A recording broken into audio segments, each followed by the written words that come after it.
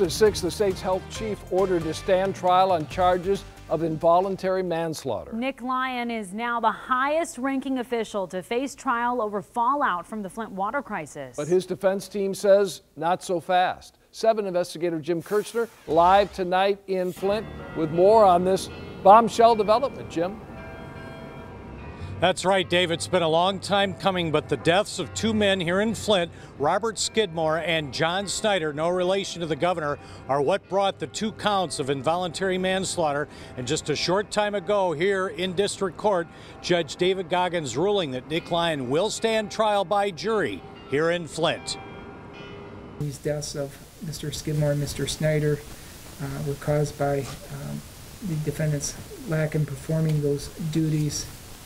His negligence. The key evidence against Nick Lyon, he knew about an outbreak of deadly Legionnaire's disease in 2014 and 2015, but failed to notify the governor and the public until January of 2016.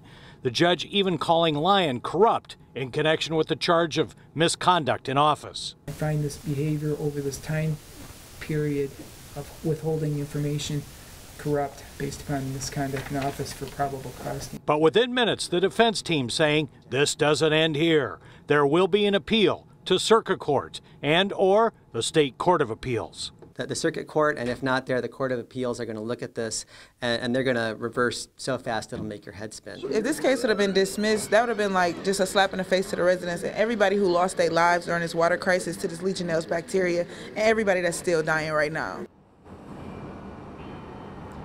Now, within 2 minutes of that judge's ruling, we got an email statement from the governor's office saying Nick Lyon is still the head of the state health department. He still has the support of Governor Rick Snyder unless convicted. The governor has approved millions of dollars of your tax money for the defense team for Nick Lyon. And if he is eventually convicted, he faces up to 15 years in prison.